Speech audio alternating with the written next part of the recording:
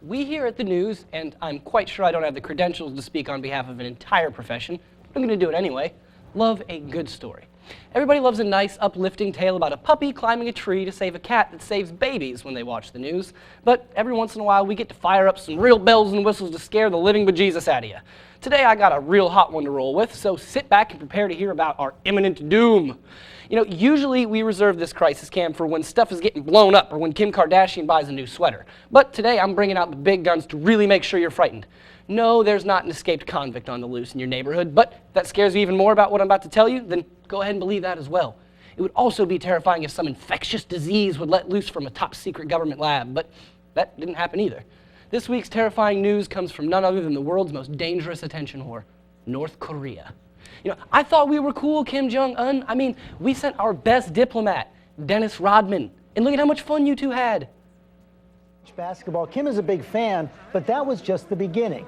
Some ice skating too, an aquarium visit, then a long dinner and lots of drinks with one of the world's most mysterious and dangerous men. I love him. I love the guys. I mean, you guys watched basketball. Basketball. You know, he even said you two are going on a little vacation, which I'm sure will be nuts if you're with Rodman. You know, after all that, you go ahead and say you're no longer going to abide by the armistice terms that ended the Korean War.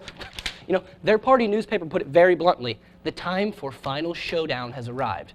You know what that means, bro? You know, if you want to pick a fight with South Korea, you better think long and hard about what that really means. Yeah, I'm looking at you, Kim Jong, instigator. We here in America don't take too kindly to dictators, and I think we've made ourselves perfectly clear on the whole nuclear missile thing.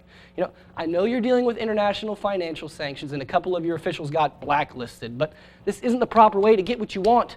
You know, you're being a bunch of babies. You can't play with your nuclear toys unless you play nice with your southern twin. It would also help if you guys stopped saying dramatic things like, final showdown. You know, kicking and screaming for your juice box only works if you have weak parents. And America and the rest of the international community are not scared to send you to timeout.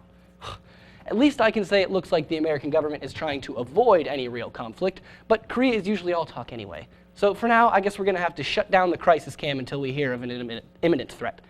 Like if a gigantic meteor was hurtling through the atmosphere on a direct collision course with anywhere more important than Russia. Sorry, I couldn't help myself.